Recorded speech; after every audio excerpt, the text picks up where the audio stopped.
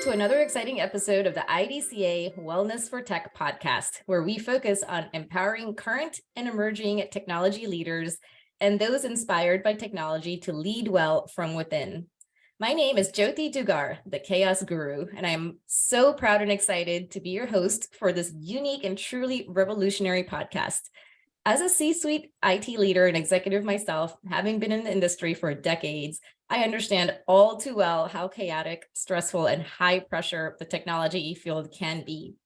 So I'm truly excited to bring inspirational leaders from around the globe in this space to help all of us, all of you, lead well from within. And today I'm honored to be joined by our very special guest, Gindy Feeser. Gindi is a director of business development at GDIT, supporting their federal health organization, specifically the U.S. Department of Health and Human Services. She has over 20 years serving federal customers in both business and technology, most recently in data strategy and innovation for cabinet-level agencies. She lives in the DC area with her husband and son and far too many pets, which I can totally relate to. So I am so grateful today to have Gindi in our podcast. Welcome, Gindi. We're thrilled to have you here today. Hi, Jothi. Thank you so much for having me. All right. Well, let's jump right in. I'm sure everyone would love to hear about how internal wellness from a mind, body, and energy perspective factors into our external environments, especially in the technology field. So what do you think are the biggest factors in organizations today leading to stress, burnout, and overwhelm? Can you talk a little bit more about that? You know, I'm one of those folks who doesn't necessarily deal with chaos very well, Jothi, and I think was one of the reasons why I started following you in the first place and really getting excited about the work that you're doing. It's not one of the things that I navigate well, especially when, a lot of things hit all at once, as they often do, right? Especially in busy times. And my heart races and I panic a little. And, and I worry so much about not being able to give the right level of attention to my customers and to my stakeholders, the level of my effort that I think that they deserve. And so this is one of the areas where I really hope to learn a lot more from you. And I, it's funny, I just recently started at GDIT. GDIT is the IT arm of General Dynamics. And I have been so delighted with their focus on that, right? Like, we all came through this incredible time together, right? Especially folks in sort of our business of federal health, Jothi. And so, to have started it at an organization where they prioritize wellness and mental health in particular has been really great to see top down. We're all struggling. We're all home. For a while, we were all home with children, right? It was such a crazy time trying to do our jobs on overdrive and have all of our family right with us. It was a remarkable time. And but at GDIT, I will say there are so many employee resources that are dedicated to mental health and initiatives that are in place to focus on that in particular. I do feel that here at GDIT, there's a lot of focus on making sure that employees who care about each other show that they care about each other. Wow. And our CEO started, I guess it was probably during the pandemic, a really great initiative called How Are You Really? Right? So we all ask that question, how are you? And I don't know that we ever really listened to the answers. And so How Are You Really was a seemingly small but very important initiative where we were empowered to ask those questions, ask empathetic follow-up questions, and care about the answers. So, those open lines of communication and support so that we can help each other navigate chaos and make sure that those, sort of channels are open and encouraged. I feel like this is a place where it's clear that my mental health is prioritized and it's always okay to ask for help, no matter the role that we're in. Wow, well, that was a packed answer. There's so many different pieces of that I'm known for it. I'm trying to keep track of, oh, I need to go deeper into this, and or no, I'm going to go deeper into that. But that is so well put and so thoughtful of GDIT to even think about employee wellness, but also factor in the mental space. Because I know there's still a lot of anxiety, even, asking for help for many of us, especially as women and moms, and you are, both of those. And you also mentioned being able to be there for your customers, but I'm sure you're also feeling, oh, am I there for my husband? Am I there for my child? Am I there for myself? And am I there for whatever you want to do in this world? Because you do bring your whole self everywhere you go.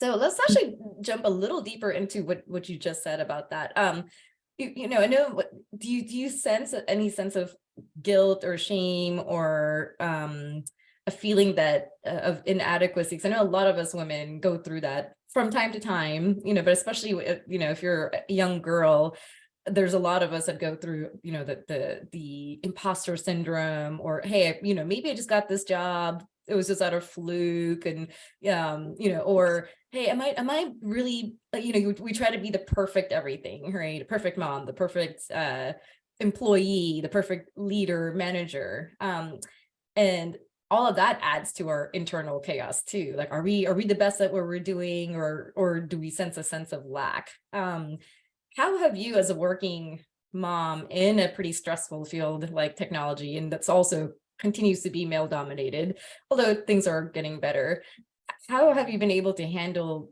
your own internal anxiety and stress? That is so insightful. And it was in college when I learned about what imposter syndrome really was, because I said to one of my professors, these people are going to catch on to the fact that I'm fooling them. And she said, that is how so many people feel. And that is how so many women feel. And I think, and Jothi, this I think is like what you and I originally talked about and connected on, is that especially women, and especially in technology, we put up these sort of firm exteriors, right? And then it, like, we almost do fake it, right? Like, we almost do act as if we're tougher than we are. And that, I think, runs counter to so much productivity and so much of what I think we just talked about, which is authenticity in the workplace, right? And trying to just sort of just be the same person you are all your life, be the same person at your job, because that's what makes you the person that people want to work with, buy from, what have you, right? Right. And I've had a lot of different leadership roles in my career, and I've managed teams directly, and I've led without authority in much more matrixed organizations. And I feel like the most important thing that I've done in any one of those scenarios is, in order to foster the right behaviors, change behaviors, is to model those behaviors, right? And that's true at home too, right? Don't tell, show. And so I always work, and I feel so strongly about this, I always work to be a human being, right?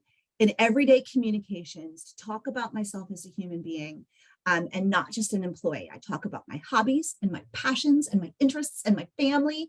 And I try to portray being that human that other humans want to work with. And, it's one of my previous mentors in a previous job was a really senior leader. And I was connected to him through all of my pandemic work. And it was, a time when there were really no hierarchies in organizations, right? Everybody was just doing. And he shared with me that he thought that I was an effective leader because I was not afraid to be vulnerable. And hearing those words was such a revelation for me, because like in an instant, it validated everything that I thought was important about myself, but I had never really put words to it. Right. And it sort of like cemented my approach. And now I lead every day with the thought that vulnerability and the ability to connect with other human beings is the root of leadership. And I'm sticking with it, and it's working. And I think it makes us the human beings that we all connect with ultimately, whether it be So in talking business about or vulnerability, do you follow Brene Brown or any of her work on that space, or is it your I own don't, but I idea? need That's, to. but hey, you've already showed or demonstrated your own sense of vulnerability, which is really what she talks about. And that's exactly what she says, right? Like when you put out your own vulnerability, or you're not, or you show strength by being vulnerable. And I think a lot of us women, especially me, I mean, I grew up in a traumatic childhood. I had all of these things happen in my life, traumatic, but also transformational journeys. And I always, put on that masculine mask. Oh, I gotta be strong. I can get through this. I'm independent. I don't need anybody's help. And I can thrive through the chaos, which I do take a lot of pride in doing. But then I felt like, well, I don't need to be like that 24/7, because I need to work on my own burnout and wellness. And that it's really not going to work if you have to be strong, all the time, and you have to, have that switch on 24/7. And actually, while I was going through my divorce in the last couple of years, it was a tough journey. That's one of my transformational journeys, and I knew I wasn't being 100% for my team. And until one day, I just broke down. I just told them, okay, guys, look, this is what I'm going through. I'm not 100%. I'm trying to be my best here and be a good leader for you guys. But there's going to be times where, you guys just need to run with it. And for the first time, they were like, oh my gosh, Jothi, you're a human being. That's right.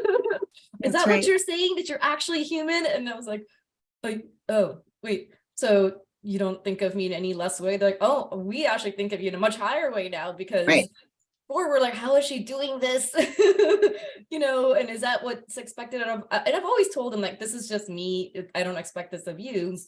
But I wasn't being a good steward of myself. And like you were saying, I wasn't really modeling that either. So I would be sending emails at like midnight and not telling them, like, don't look at these until the morning. But then I started figuring out the technology to support that. Like, okay, I will send the email. I will write the email, but I can use Outlook or the tools and technologies that we have being in the industry. Like, oh, but it'll only send in the morning. I don't know how to do that. That's smart. Yes. Yeah. There's very quick ways. There's also quick ways in their calendar where you can schedule a 1-hour meeting, but then you can use the Outlook setting that it'll stop the meeting 5 minutes before it ends, to give people that space to, like, okay, if you were in the office, you would use that 5 minutes to go to the next room. But since you're sitting in front of a computer, people don't think about that. Like, oh, okay, this person is free from 1 to 2. They only have a meeting from 12 to 1. So we'll just schedule it exactly from 1, and you're just sitting there like all day long. So I actually tell my team, even if Outlook didn't do that for whatever reason, like, okay, well, it's 9:55 and I'm going to give you 5 minutes back. And I this is a requirement or maybe a command from military terms. Like, I'm not asking, I'm telling you, get off your computer, go take a quick walk. Bathroom breaks don't count.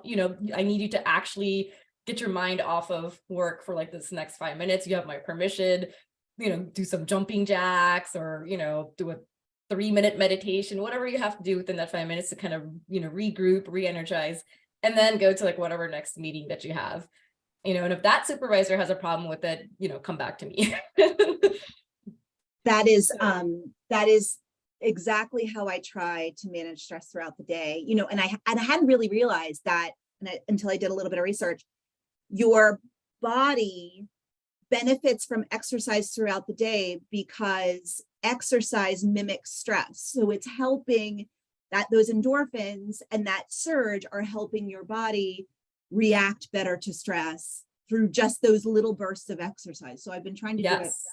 Cold snaps don't help, but if you just bundle up and go out and just go outside and just get your heart pumping, it helps you react so much better to the remaining stresses of the day. Yes. So nature is always the best cure for everything. But yeah, if you don't particularly enjoy being in 20-30 degree weather outside, that's totally fine. But even just getting up, just turning away from the computer, doing some arm circles or jumping jacks, or squats are easiest to do, that doesn't take up like too much room. I mean, and anything to just get your body moving, because they say emotions is energy in motion. So you can change your emotions by motion.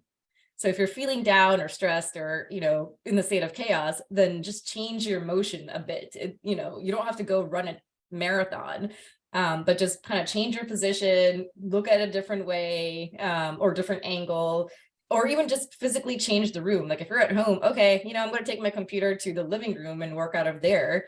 And you'll start noticing, and some people are like, well, that's not going to work. The issue doesn't go away. Yeah, the issue doesn't go away, but your response to the issue might change to a more favorable response if your energy around and your emotions around that issue changes. That's a really good mnemonic. I like that. I'll remember that. And I do the same. When I work, I have a wonderful benefit of being able to work from home now. But when I didn't, I would drag my laptop out into a tiny little city flower garden and just feel the sun on my back. And then here, right? Like even at home, those days get long and I forget to stand up. And so my husband and I, you mentioned nature, my husband and I hand dug a little koi pond that doesn't have koi in it, but a little goldfish pond in our backyard last spring. It was a labor of love, but I will say that we have little goldfish in there that are still surviving out there in the cold, but there is very little that, to your point about just changing your environment for a moment. There's very little that they're little like hungry, silly little fish faces can't cure any stress. And I go out and I just check out my little fish and sit there for a minute and I'm better. Yeah. And I'm sure they're feeling your love as well in that moment. All the pets. All right, so Gindi, this is a great segue into our next question as to, we talked about your organization, some of your experiences as well. Can you talk about any particular experiences in your life that have shaped who you are today? Whether it's a transformational experience, whether it's just a aha moment that happened to you, has there been any times where you felt awakened to a new reality and changed the way you do things or even who you are? Absolutely. And I'm sure that those of you who are listening have figured out that some of the things that are important to me, and sort of in keeping on that same note, I have clearly always been a person who values the natural world and values wildlife and the great outdoors. But a few years ago, I definitely almost overnight felt awakened to the reality of what human beings are doing to our home and doing to our planet. And so I started to, and that like instantly can begin to feel make you feel extremely helpless. There's this, sea of 8 billion people and we're all sort of taking this planet in the same direction. And how is it that I can help?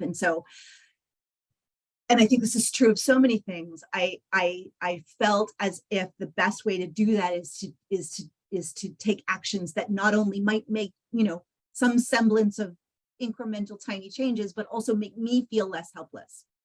And so I started with river and creek cleanups in Washington, D.C. and it grew from there. I'm a woman on a mission now. I belong to a neighborhood eco action team. I compost. I measure my family's success every week by the amount of waste we produce. I've made the move to native plants in my yard. I've moved away from pesticides and herbicides in my yard, which is really, really a hard thing to do. I shifted to much more sustainable buying practices. So I don't use tubes of toothpaste. I don't use jugs of laundry detergent. And most certainly we as a family do not use plastic water bottles in our house. And I try really hard, again, sort of back to that, don't say it, do it, right? Show it. I try very hard to model those behaviors for my son. And that awakening is a process of becoming sustainably minded, and it can take over almost every decision you make in a day. And I try to vote with my wallet, right? Like I try to make sure that the products that I bring into our home are ones that I'm sending the right message to those companies to say, if you use recycled products, or if, you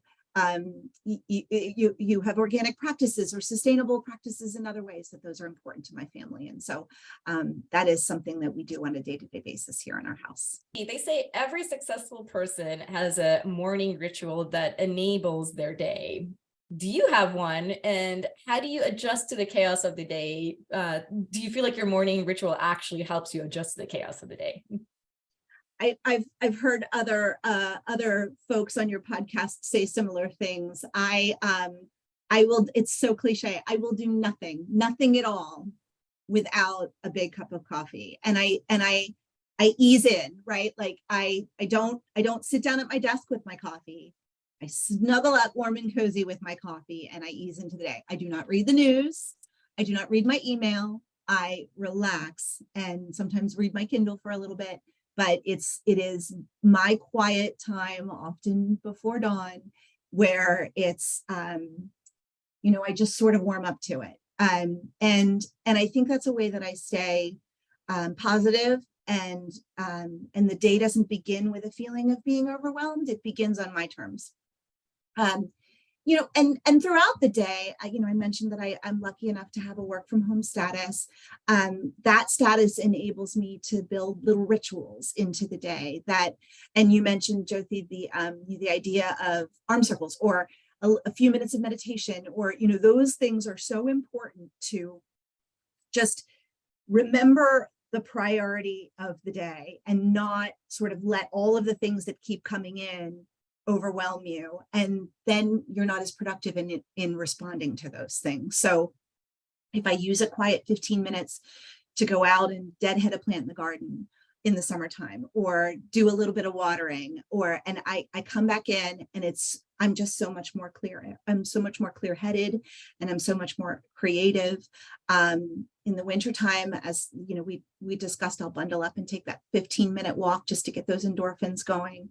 But those kinds of things are possible in an office too. And I think, the difference between being home and being in an office is that you get that, in the office, you get that little coffee talk time. You get to connect with other humans where you are able to run an idea past them, or compare notes on a challenge you're having. And that's great too. And there's many times that I miss that, being, here.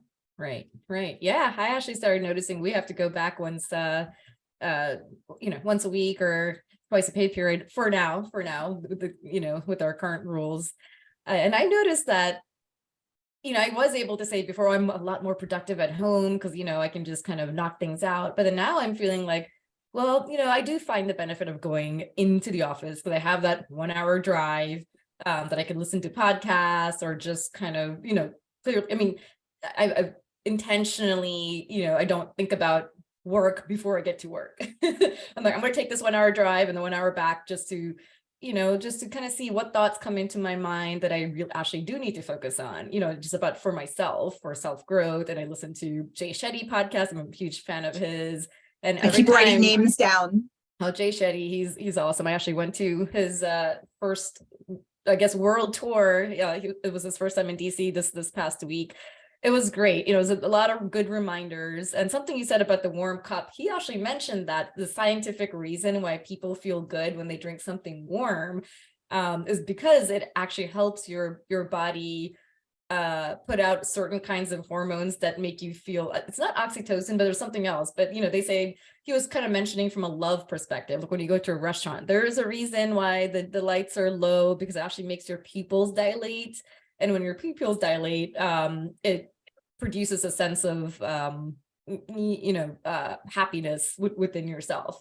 And then there's that's so why, interesting. Yeah. And then there's a reason why they, he says, like, give your partner or the person that you're with at the restaurant something warm, because that also helps your body relax and kind of be more at ease, instead of like, very uptight or nervous or anxiety type of energy. So the thought crossed my mind when you mentioned, just kind of settling in with your coffee, that actually it's scientifically proven that it does help you relax and kind of, be able to process things better as you move on.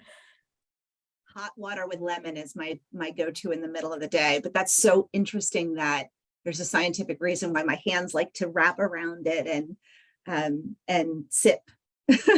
Yeah. It's funny how your body naturally tends to do things that are actually good for you, and then us as humans, try to go beyond or go against our intuition, like, oh no, I need this ice cold coffee. There are times where ice is actually good for your body, but then most of the time it's like hot liquids that actually help your body naturally heal itself, but also get rid of fats and things like that.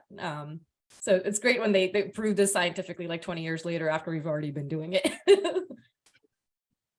So let's move on to our next question. This kind of ties into the morning rituals, but are there any other simple wellness hacks you can offer to people that they can do throughout the day? You mentioned a couple already with taking a few minutes throughout the day to do some sort of physical exercise or be out in nature. Is there anything else that you can recommend to really help yourself refuel, rejuvenate, and replenish your energy while you're in the state of chaos throughout the day? I am an increasing believer in rising early and using my nighttime time to focus on preparation for sleep, and that I am just 100% better when I'm rested. And my strategy lately has been to avoid technology at night. And so, it's funny. It's so easy to just pick it up and open up and read the news. And I'm taking a break from doing some of that. I'm taking a news sabbatical. And recently I have begun spending more time on just good old-fashioned reading. And my time for that is at night, but it does help me sleep. I hope my Kindle doesn't count as technology because it is what I've been doing. But, for the longest time I tried to read nonfiction. I tried to read informative books and, self-help to become, a better person, to gain great insights about, the world, or how to become a better person in the world. And I realized that they were just hard to get through. Like, they weren't compelling stories. And so it was just a task to do it. And so I've switched back to fiction. I have this long list of books, of great stories to read in my Goodreads, and I'm better at it now. It is my nighttime ritual. My son comes in with me and he reads his book, and we just chill out and have silent reading time. I sleep better, and sometimes we read for a little too long, but I sleep better once I've done it, and I'm just more productive during the day, and my health is better. I get sick less when I'm just prioritizing my sleep. That's great. And no, I'm not gonna, have any negative points for using the Kindle to read your book. Although I would offer, if I may, maybe some blue light, glasses, so at least you don't have that glare coming and affecting your brain before you. I think you're right. Yeah, it's funny. My kids have the glasses, and they just tend to wear that throughout the day because they think it's like a cool thing to have. And other people are like, I know you wear glasses. Like, oh yeah. I'm like, it's blue light glasses. I'm an intellectual. But yeah, that would be kind of a compromise between, being on a technology device, reading your book. At least you don't have the effects of your eyes going bad. And it would be good since you're on technology, maybe to cut it off at least 10-15 minutes before you're actually going to go to sleep, just so your mind isn't, you can try to alleviate some of the effects of being on a gadget. Good advice. And you can imagine that the reason I do the Kindle is because I'm not buying books. Yeah. But if I can buy used books, then I'll be much better. And then pass them to the little library down the street. So yeah. I'm not forcing you to buy physical books. It's good advice. I myself, I tried the Kindle, but honestly, I don't think I've ever shifted to that mode fully. Like I would do something on a Kindle or a device if I'm on a plane and I don't want to carry a whole bunch of stuff with Little. me. Mhm. Yeah, but I really can't do because I do that on a daily basis, for work. Like I'm on the computer, like reading things, and it's like the last thing I want to do at night is to go back on a device and read things, even if it's something fun. So for me, it's I found some value in just getting a physical book because it has something to do with, I think, the way your brain is wired. Like you can kind of physically put the book down or physically pick it up versus you're always on gadgets. So to me, it just feels like this is like a continuation of the work day, even if you're reading something fun versus for work. But that's just me. I actually even take notes, like handwritten notes, even when I'm at work. I bring my computer to work meetings, but then I also have a notepad. I'm like writing things down, and I've gotten questioned many times, like, you can just take notes in your computer. I'm like, yes, I know. And I could probably be faster, but I don't think it resonates with me as much if I'm just sitting there typing up notes versus if I'm writing the notes, I will remember it, for the Me long too. term. Same. So Absolutely. I think I've heard from energy practitioners, it becomes the practice of transferring your energy onto paper, like when you put something down, which works, if you've heard of journaling, and things like that, like whatever's in your mind continues to stay in your mind unless you transfer that energy to something else. And the easiest way to do that is just like, start writing down your thoughts, write down your dreams, visions, goals, negative emotions, like whatever is in your mind. Once you write it down, that energy kind of gets transferred to the object. It certainly makes it more real, right? Yes, for sure. So let's go to one of our last questions for today's podcast episode. So we're all connected to technology 24/7, especially being in the technology world. And in the modern age, we have found that children, or our children especially, are also kind of connected to technology 24/7, and that's pretty much become the norm now. Do you have any thoughts on countering some of the adverse effects on the mind, body, and energy from maybe excessive use of technology that you can offer? I I'm really surprised, especially for our children, how reliant their educations are on technology now. The first note that I get from his teachers are make sure his iPad is charged every night. And I'm thinking, how much time is he spending on his iPad during the day that he has to run the battery down? But Yeah. I agree. It's prevalent, and it's a little troubling just how prevalent it is. It for my son, the most promising strategy has been to find reasons to get out and get out of the house and get out and about. And when we're here, we're focused on physical exercise and making sure that, we are improving ourselves in terms of sports and skateboarding and snowboarding and lacrosse, and he's, he is an overscheduled child. And now that I have him, I realize why parents overschedule their children. And it's tough too for an only child when there's no one else in the house to sort of keep him engaged, to keep him from just picking up his iPad and watching a video. And so it is back to the previous note about books, and it's about finding ways to fill our evenings and our weekends with things. It doesn't matter whether we go out to a diner and have dinner, we're out, we're talking to each other. It is, for us, our strategy has been stay busy.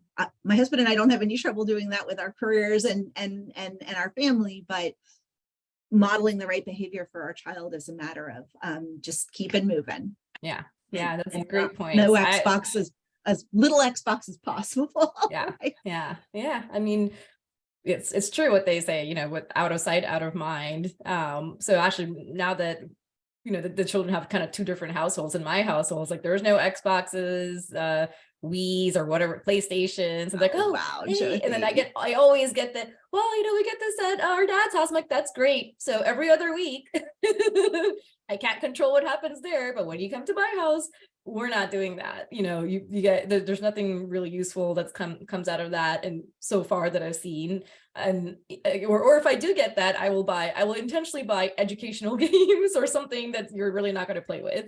But it's funny, I was the only child, and yes, I was overbooked by my parents. Like every day there was some activity class or other, and I still had to do homework. So I really got no sleep, which is why I probably function pretty well of 3-4 hours of sleep now. Like affects you for life. But I have 3 children, and I can guarantee, like when they get to that preteen, it starts when they're younger these days. Like I know my oldest daughter started when she was 10. I know your son is also 10. It starts at around that, and they're glued to their phones. Yep. And Yep. the biggest punishment or disciplinary action you can give them is, okay, well, your gadget's going away for 2 hours, and it becomes like, oh no, this is the end of the world kind of thing. Even if she has 2 other siblings. So I have to consciously put some barriers around that. I'm like, all right, you got to show me your homework is done. You got to, take care of your hygiene, because that also becomes a problem. You got to take a shower. Oh yeah, I'll do it later. I'm like, no. Don't be gross. Don't be gross. But everything kind of just depends on, oh no, but this is the priority. I got to, like, oh, my friend sent me a message, I got to respond back immediately. I'm like, no, you don't. And I've tried to implement as best as possible, like no gadgets during meal times. We're here to like talk about our days.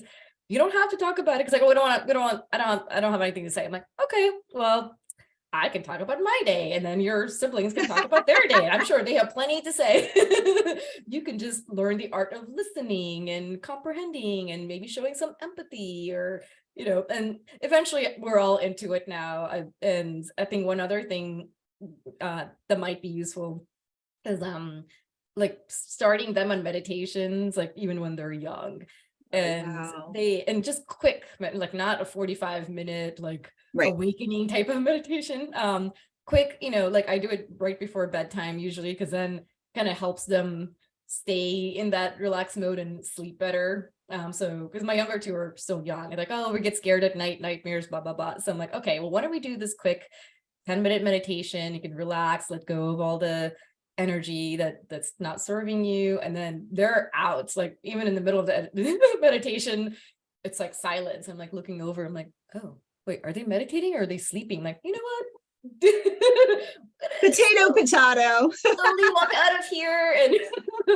And sometimes it keeps them going all night. They get up in the next morning, they're like, oh wait, how did we, oh, like did we fall asleep in the meditation? I'm like, yeah, but that's okay. But and you didn't wake up in the middle of the night. And so I don't think they get the value of it now, but they remember. I was talking to a friend yesterday. Kids remember things, even though they might not give you the gratitude or appreciation now, but somewhere along the line, something will come up like, oh, my mom made us do this, and actually, it actually worked. I'm like, oh, thank you for remembering that. I didn't think anyone was actually paying attention. So just quick things, and make it fun. When I think kids react badly when you make it mandatory, like you must do this, and otherwise you're going to be penalized, and then it becomes more of a, the stick versus the carrot. Yeah, and on that point, completely agree. I also work hard not to make technology a reward, right? So I don't want his Xbox time or his iPad time to be a reward for doing something good, because I don't want those associations. So we find other rewards, right, that are more healthy, and that way it's not like that forbidden fruit syndrome of like, but I just want the time on the electronics. So that's a great point. Yeah. I know, I'd rather give them some time to hang out with their friends outside than say, oh, you okay, fine, you could be on your phone for the rest of it. Yeah, that's a great point. All right. Well, thank you so much for joining us today, Gindi. Can you please tell the audience where they can find you if they'd like to reach out to you? Sure, I would say LinkedIn would be the best way to do it. I'm pretty good about tracking it, but I'd love to chat with anyone who shares similar interests or faces similar challenges. Gindy Feeser. All right, great. And any last words of wisdom before we close this episode out? I am so excited to talk to you more about some of the authors that and podcasts that you've mentioned, Jothi, and I'm delighted to continue to follow your wisdom and journey in embracing chaos. All right. Thank you so much. Well, that's a wrap, folks. Thank you so much for listening.